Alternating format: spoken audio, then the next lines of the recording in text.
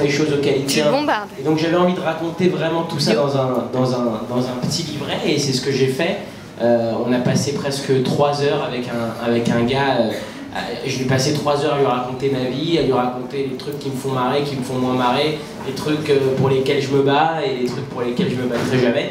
Et surtout, j'ai essayé de lui dire avec le plus de sincérité possible toute l'envie depuis que j'ai tout petit que j'ai de faire ce métier, et de lui expliquer quel chemin j'ai pris pour réussir à faire ce métier. Et c'est ce que j'explique dans le livret qui est avec ce DVD.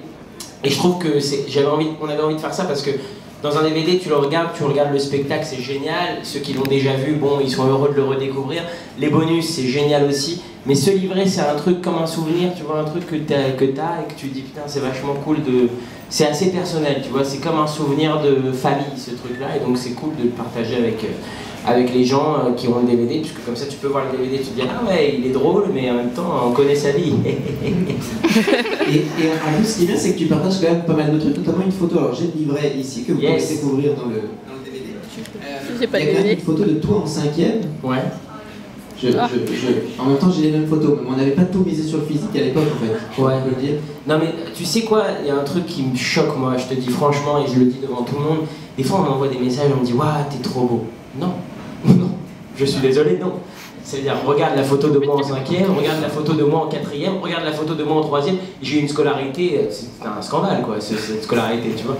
Et le fait, après, quand tu fais des blagues, tu sais, on dit souvent femme qui rit à moitié dans ton lit. C'est bien vrai. Bon, j'ai eu beaucoup de moitié, je dois te l'avouer. Femme qui rit, quoi. Non, mais il y a un moment, je crois que vraiment le fait, et je le dis dans le livret, le fait de faire des blagues, le fait de passer à la télé, je dis pas que c'est ça qui fait que tu crois que je suis beau, mais je crois que ça rend vraiment beau les gens, tu vois. Je crois qu'il y a des gens qui sont vraiment pas du tout particulièrement beaux, il y a des gens que tu les croises dans la rue, tu ferais pas du tout attention. Et moi, je suis vachement conscient de ça, tu vois. Je me dis que quand on me dit t'es trop beau, c'est parce que je sais que je suis passé sur scène ou à la télé, ou surtout que je vous ai fait marrer, donc c'est cool. Même moi, tu vois, des fois je vois des meufs à la télé, elles me font rire, je les trouve pas particulièrement belles, mais je me dis putain, elles ont un petit truc sympa, tu vois, c'est marrant. Donc c'est ce que je dis aussi dans le livret, et je mets les photos, j'avais envie de mettre les photos de moi avec les boutons, de moi en 5e, pour expliquer que non, j'ai pas la jeunesse du beau gosse, et surtout j'ai pas eu l'enfance du beau gosse. J'ai pas eu l'enfance du mec qui arrive dans la cour de récré qui fait hey, ça va, ouais, tranquille, ouais, tu viens à la cantine avec moi, ouais, avec plaisir. Non, j'ai eu l'enfance d'un mec que, tu vois, les meufs elles regardaient pas et tout ça, et donc c'est marrant ce changement, ce déclic d'un coup qui est rigolo, que je raconte aussi dans ce livret. Et du coup, aujourd'hui, ça va mieux? Et du coup, aujourd'hui, ça va. D'accord. Est-ce que tout le monde est d'accord? Est-ce que vous le trouvez moche ou pas? Non. Genre, quelqu'un va dire, ouais, je le trouve dégueulasse. On va pas dire qui.